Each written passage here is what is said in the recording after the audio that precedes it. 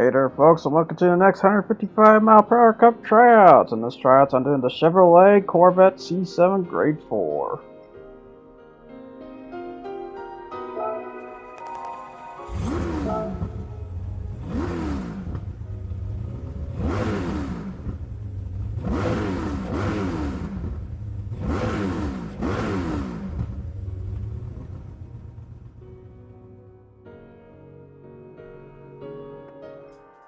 Now here's the parts and things you can do to the Chevrolet C7 Grade 4, and it's not a whole lot. Besides adding a supercharger to make it faster, that's really about it, as thing goes when it comes to most of the Grade 4s. Alright. But yep, as you can see, it has the V8 motor of the Chevrolet. I'm surprised it doesn't mention what kind of V8 it has, though. I assume the LS3 or whatever it's called, LS7. It's one of the LS's. Yeah, overall it's in like 287 horsepower, weighing at 2,976 pounds, which I'm not gonna lie, I'm kind of surprised about that. I figured it'd be hitting around 2,700 pounds. But nope, it's hitting around 287 horsepower at 333.1 foot per pound torque, which is not bad with given the weight of 4.6 kg of pressure.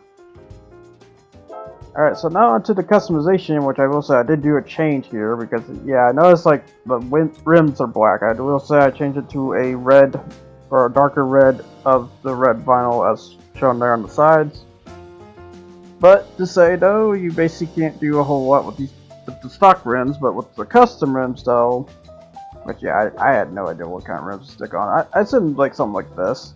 You can put some donks style for this, I guess, if you really want that at the end of the day. At that point, because yeah, I will say when it comes to rims, you don't want big rims, or else that's going to cost your mileage and how fast you roll the wheels at the end of the day, because that does affect that. And the other thing, because there's additional customization, you can change the light covers to yellow if you want to. So if you don't care much for the white, you can go with the yellow instead. Now for the setup I did here, I think at best I kind of increased the suspension a little bit because I noticed the natural frequency and stuff is a little bit higher, I believe. If not, yeah, I'm wrong. Same goes, because I don't really recall all the things I do sometimes, but I think that's what I kind of did for the most part. I would say, as you can see here, the spoiler doesn't look like it's even touched at all. It's the best part. But I know I touched it because I tested it and it didn't really turn out that great for even touching it at all. So I just left it as it is. And also, as the thing goes, make sure to pause to get that transmission set up. I would say this is basically what you get for a Cup Tryouts version of the Grade 4 Corvette. A 287 horsepower little cup car at the end. Which is really weird to say because yeah, Corvettes they shouldn't really hit this low, but they can. But then again, reminder, I mean the C3 had this, so you know. And C3 only had like 200 to 300 horsepower back then. Or C4 technically. But yeah, there's the vinyl in case you want that on top of it. Now the Chevrolet Corvette C7 Grade 4. There's kind of, I don't know, I'm gonna be honest, there's technically not much to say. In terms of looks, I do like this of all the C5s to C7s though. Cause yeah, I do like the Stingray look that they gave to this one. Yeah, I gotta admit, it really gives it that nice Stingray look. So, it kind of looks like a Stingray a little bit.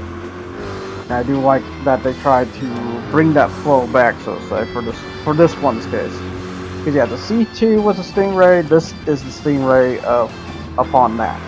So, before eventually what became the C8 mid-engine rear layout. Which I kind of wonder what they're going to do for the C4 when the C8 comes into the scene, because I will say the C8 does hit only 400 horsepower, but I gotta say, if you had the detune that severely for Grade 4 though, oof. Because I don't know if that's going to be a great idea or not for that occasion.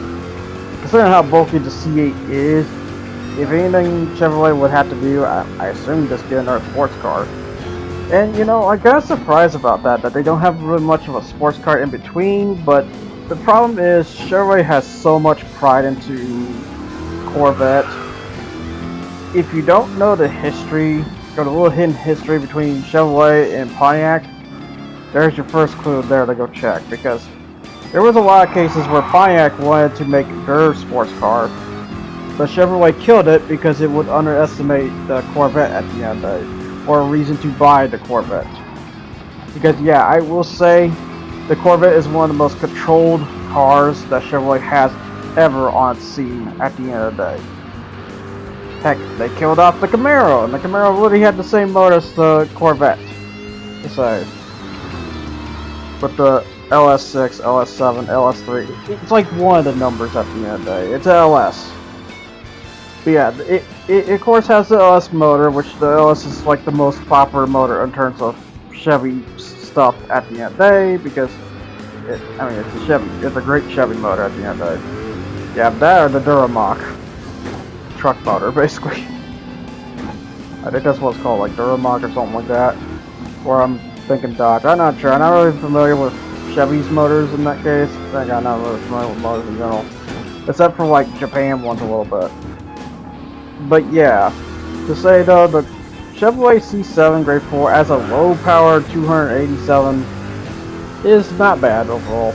Its turning is like 7, while its acceleration is pretty good because it's an LS motor. An LS motor gives off really great acceleration in regards to say, so that's the great part. If there's like one error I have about the Chevrolet Corvette C7 is its weight. Yeah, the fact that it weighs 2,900 pounds, I think that's a bit of a damper to this vehicle at the end of the day, because weighing that much is kind of shocking, really, because it's a sports car, and when you think of sports cars, you usually think around the 200 to 700 pound range, or less than that in the Miata's case, with like 2,100 or so. But yeah, overall, this is a very weighty sports car, and I'm not gonna lie, we're gonna see a competitor in the future that basically just trounces over the C7 Corvette, and it really shocks me what it is at the end of the day. But yeah, it just tells me that Chevy needs like a new, lighter sports car to back up the lower range of speed, while the Corvette can stay up in the high ranges and deal with what's there on that side. Because I will say, when it comes to automotive cars, they need to have a pedestrian kind of cup range for those cars, and then have an entirely different suspension designed more for the higher performance side of things, which is the high range, which is exactly what the C8 Corvette should be hitting. So, but yeah, that's what I kind of feel about that at the end of the day when it comes to the C7 Corvette. It's hitting a range where it kind of really shouldn't really be at, but it just is. And I think it's might be maybe due to the motor at the end of the day, because I wasn't surprised that the LS motor is kind of heavy. A little bit. But yeah, surprisingly, it's a well-working machine, because yeah, I'll give it a 7 on the turning. The turning is really good for the most part, but the acceleration is pretty good in, I would say, in this case, in about 115 miles per hour on the Gr climb. Because yeah, I will say I'm trying to get used to the new number arrangements for when it comes to revamping the style and stuff. So it's gonna bear in mind, if I have any number to throw at for that, probably like a 7 out of 10 or 8 out of 10. There's a possibility for that. But yeah, hitting the time of 108.331. How well does that compare to like other contenders? Because yeah, I haven't completely even changed the times just yet either. But hit 108.331. It beats the Genesis Gr4, the Hyundai Genesis Gr4 to be exact. Yeah, I gotta remind myself. Yeah, I need to remind people that I had the Hyundai Genesis, not the G70 Genesis. But yeah, it beats the old Genesis Gr4 time of 108.558. So it makes me wonder how much of a difference that's gonna be when we get to the retrain of that in the future. Which yeah, I'm coming along for that eventually. Just for now, I'm just making sure like the other contenders get their times in first before I go back to go deal with the other ones, and then re-record those ones, so to say. Now let's talk about the burn factors of the Corvette C7 Gr4, and I gotta say it hits about a 8 in terms of the tire departments on the 8 laps of Eiger Nordwind. While on the fuel side of things, it hits about 2/3. So overall, not really great as an endurance racer, but as a sprint, though, it's kind of okay. But like I said, the next contender is gonna rule over this car at the end of the day, and it still shocks me what the heck it is at the end of the day. And yeah, we will be getting to that. We'll be definitely getting to that eventually. But the next grade 4 contender, though, just lost the 4 on this car at the end of the day, and I'm kind of shocked on how much of a difference it is. But yeah, overall, the Corvette C7 is technically not a bad car, but it's a bit of an underwhelming machine at the end of the day. But I'm also not surprised too, because reminder that this is like D2 for Cup racing, and that probably technically affects that because that's not fully utilizing the Corvette's LS motor in that case. So there's a chance that, you know, you're getting a weaker performance doing this and doing the other way around. I'm not gonna say it's a bad thing, but yeah, if you're getting completely outclassed by another car, that's not a great sign. So, yeah, going on 2 laps around the Luna sector right now. That's good. Yeah, because I think I did 2 laps yet. So that's it. Go around the Corvette C7. Yeah, I decided for the vinyl work, I decided to do the C5R style base with a little bit of another C5R I saw at the Goodwood International Climb, I will say. Cause yeah, I saw a nice, very blue one with the white, or not white, but gray inner stripe, while red around the stripe. So for that, and it's very nice looking. So I decided to combine both that one with my own change, because it's definitely not like that, because I gave it more sharp stripe look, and added the C5R with my own arrangement of colors and style. So yeah, so that's the remix vinyl style I did for the Corvette C7, and gotta say, I kind of like it more than the regular vinyl that was given. And it kind of shocks me too, because that's to say, I was going to go with the regular vinyl, because there is some cases I'm just going to keep with the regular vinyl, which might be the next one, might not be. But to say though, for the Corvette C7, it might be impressive. If anything I have to change, I think I realized the Daytona is a little bit too blended there in the back. Cause yeah, there's supposed to be Daytona on that right there. You can see it a little bit, but not a whole lot.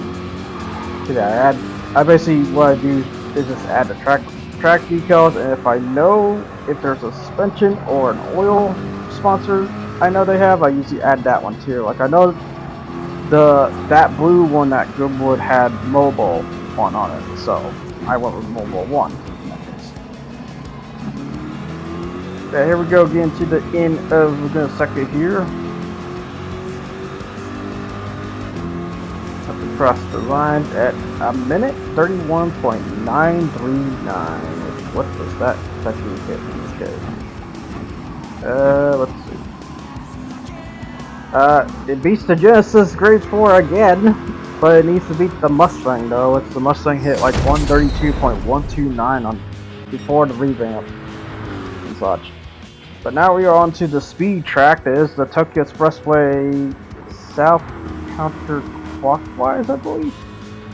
I know, I'm still trying to get used to it at the end of the day.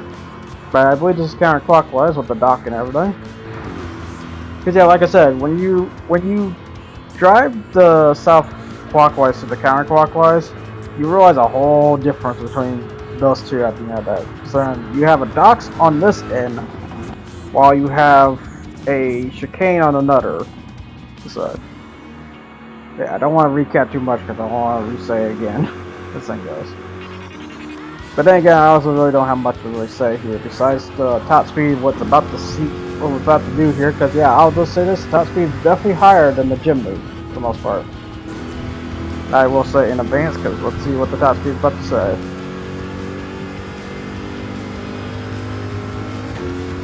Yeah, that's the one stat I did not talk about yet. So let's see. Oh yeah, I guess also mention issues too. If there's any issues with this particular Corvette C7, is that it does loosen up a bit, so sometimes you have to draw just a tad, but it's not always the case. It just depends on how rough of the steer gets about to enter at the end of it, or he gets, so yeah. Yeah, and 145 miles per hour, that's definitely a very high standard of miles per hour, I guess. So yeah, 145, pretty good. Pretty good. I would say that would be maybe an 8 out of 10 for that one. That's what I'm looking as of right now. But yeah, I would say 8 out of 10 for that speed case. Definitely a lot quicker than Jimny. The Jimny only did like 140, so that's definitely an improvement on that department. Like, I gotta remember what time the Jimny did, as a matter of fact.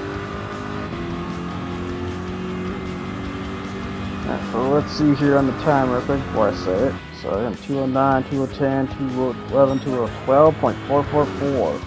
I'll just say this, definitely beating the Jimny. The Jimny only did 2 minutes and 13.932 or something like that. It's like around there.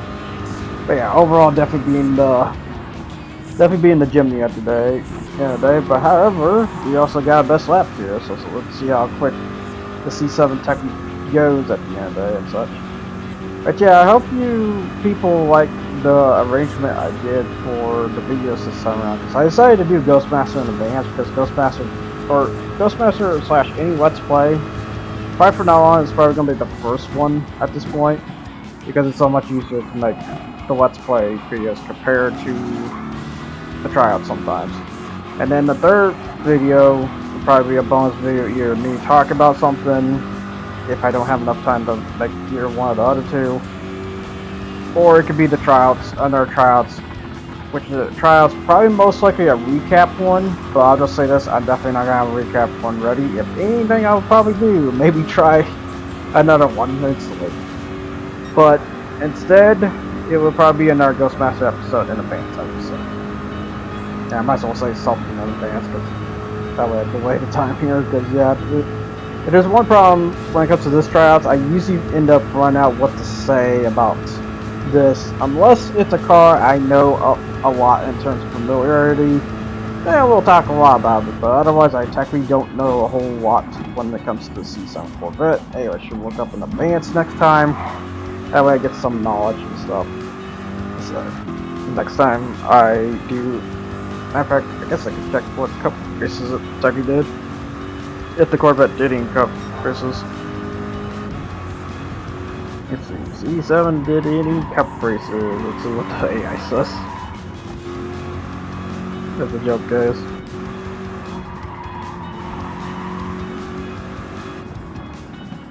Okay, let's see. So that's GTLLM at Rolex 24 Daytona, for example, 12 hours for green.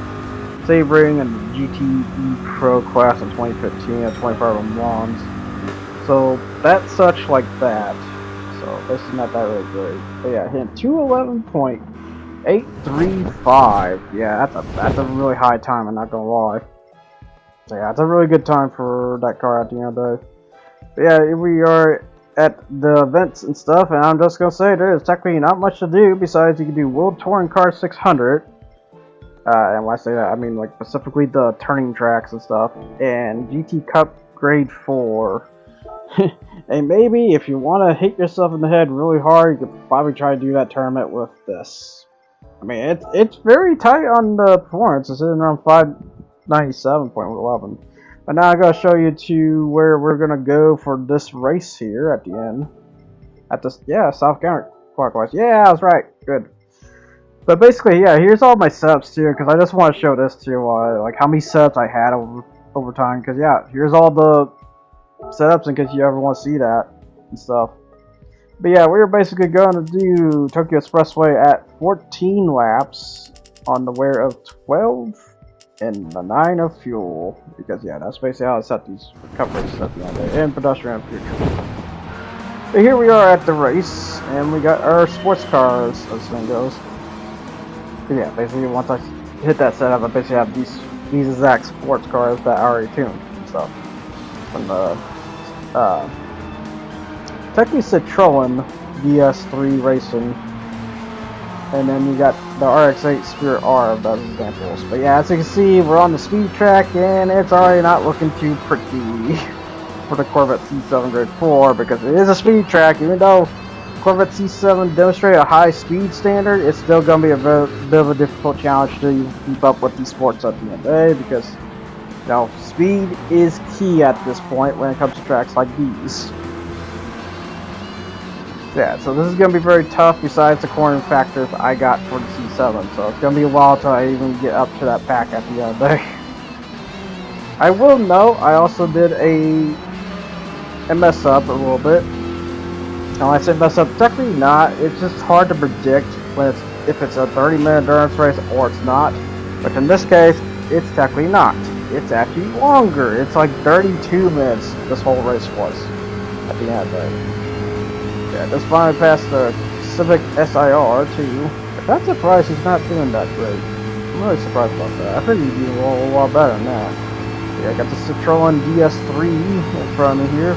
Fast little hatchback, I gotta say. But there's definitely a trade-off when it comes to being a fast accelerate little hatchback.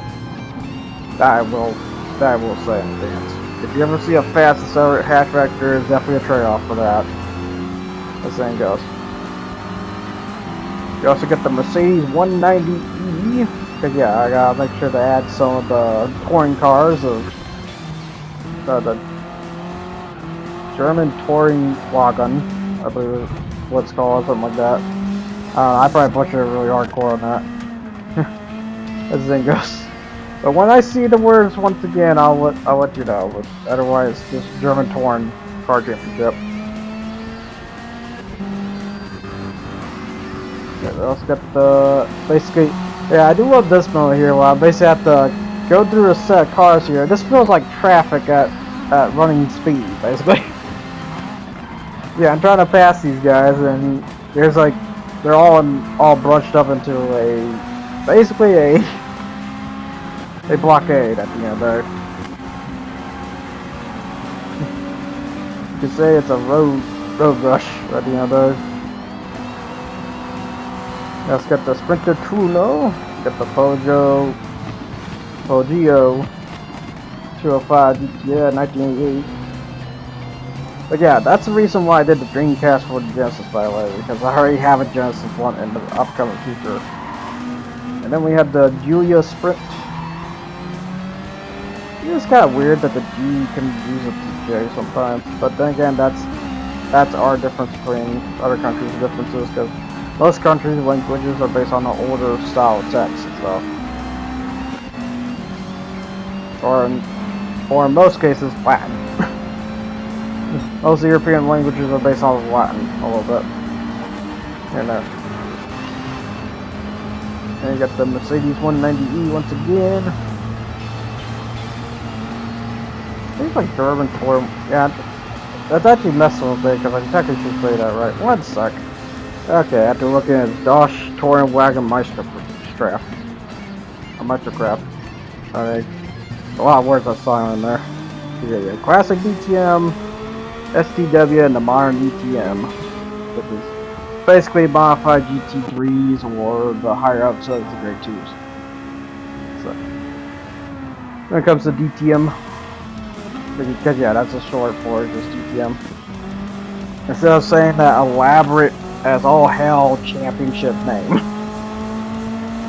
So yeah, speaking of German cars, the M3 Sports Evolution. You got the Focus ST, doing a little fun spray as always for a hatchback. So yeah, even as the ST is really good for Focus, like I said.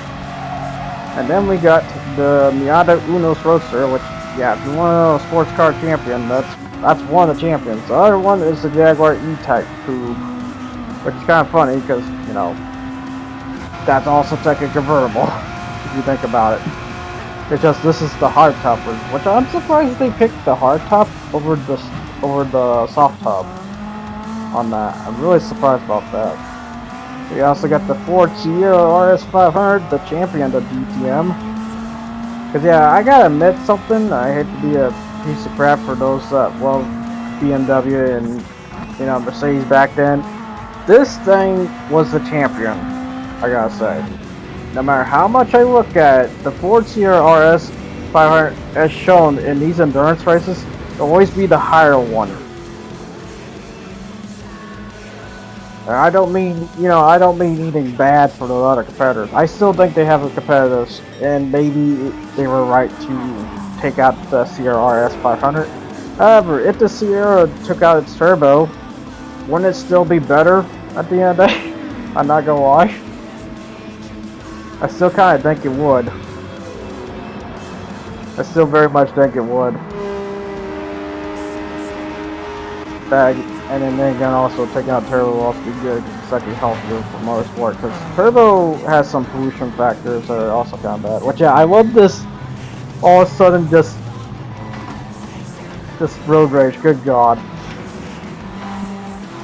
And then the Civic's just gonna pass right by because, yeah, he may be slow, but at least he's got the speed to up the notch at the end of it.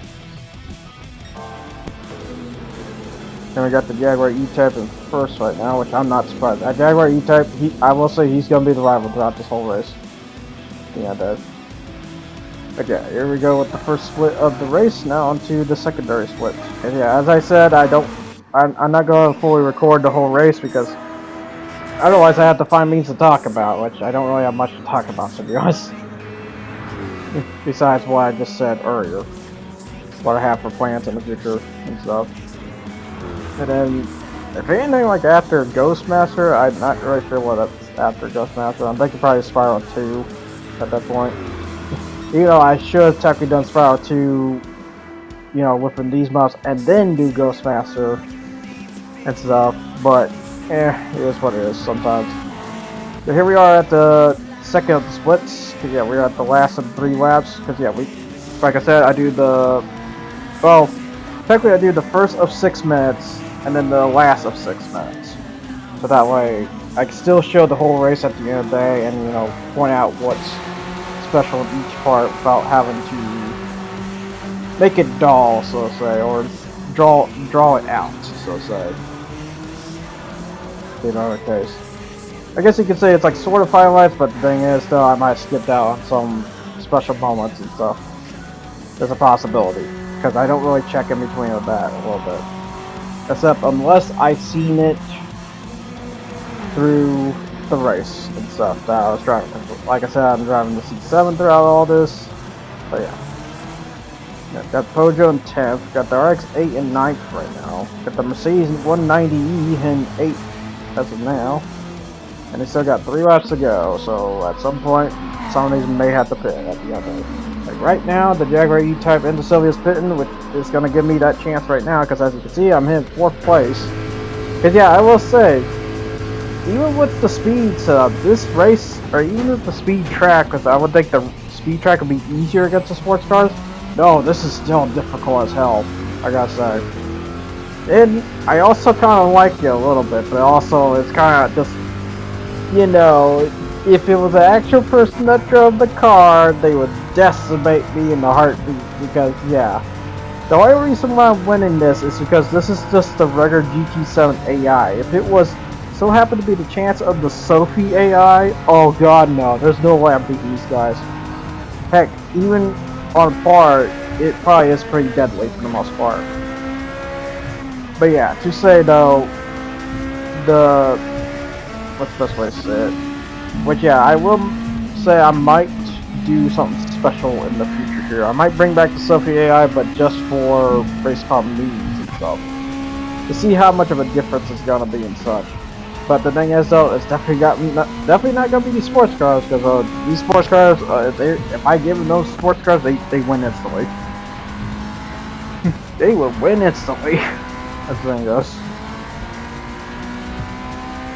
But yeah, I'm just surprised at the fact that I even got the advantage on this race at the end of the day. Yeah, because I have been thinking about, like, maybe I should bring back the Sophie AI, but give them something that's a bit more on par though than not, because if we don't give them something on par, oh god. There's a chance I could lose bad. But overall, in terms of if I had to give a ranking for the Corvette C7 Grade 4 with the revamp and everything else, as of now, I will say, because yeah, I forgot to mention about this. I kind of give it a... I think I want to give it a B in terms of the whole endurance side of things, because as a sprint, I think it's kind of a B. It's not really that crazy quick, but it's quick enough to beat some things. Like example, it beats the sports cars here, which still kind of shocks me a little bit, because yeah, you'll see in a bit here, it's going to get funny how close that Jaguar E-Type's about to get to me. And the Silvio is not far, but to say though, on the endurance side of things, I think where it gets harmed the most though, I think it kind of hits a bit of a C for that one's case, because like I said, the tires burn up really bad, the fuel eats a lot. It's kind of not a great sign for a endurance racer at the end of it, because the thing is, pace is a big matter, but I will admit acceleration is good, but acceleration, if there's too much acceleration applied, then you'll start draining out fuel at the end of it. Now, yes, there is the whole fuel saver option, but the point is, though, I'm trying to avoid using that. So to say. I want to see a car at its main skill, then it's less of skill, so to say. That's what. So I try to avoid using the fuel saver as much as I can, but if I have to, then I have to. And I'm definitely gonna be when we get to the future cars in the future. That is like, heck, even sports cars probably. There's probably gonna be certain sports cars here that I'm gonna have to use the fuel saver mode just to have a chance against the competitors in the future and stuff. But yeah, this is basically overall what I kind of just think of the Corvette C7 Gr4, and like I said, it's not a bad machine, it's not a great machine, but it does shock to me that it's not a great machine though, and that's the tad disappointment I have about it, because you kind of figure it'd be a lot better. But then again, I also heard in this generation of C7, and I'm not gonna lie, I always see it whenever I drive a C7, it's always kind of a mixed bag on the performance given compared to something like a C6, and it's really weird too, because it almost tells me that they really down cost the crap out of the C7 and compared to the C6. As a reminder that the Corvettes, the ZR1 costs like $100,000. The ZR1 for the C7's case, I think it's like $80,000 if I recall. It's not really that high in difference from the C6 one, which shocks me a little bit on that. But in terms of looks, I do love the C7 in terms of looks though. This looks way sharper in terms of looks and stuff. Yeah, and we are now on to the last of the line of the race here, and I gotta say, seeing the E-Type Coupe that close to my butt is a holy crap moment. It's like, oh god! It's like, I saw a car like immediately behind me, it's like, oh hi! I didn't realize you were there. Holy crap, I thought it was just a winning streak for me at this point. You know, I lost on the other one.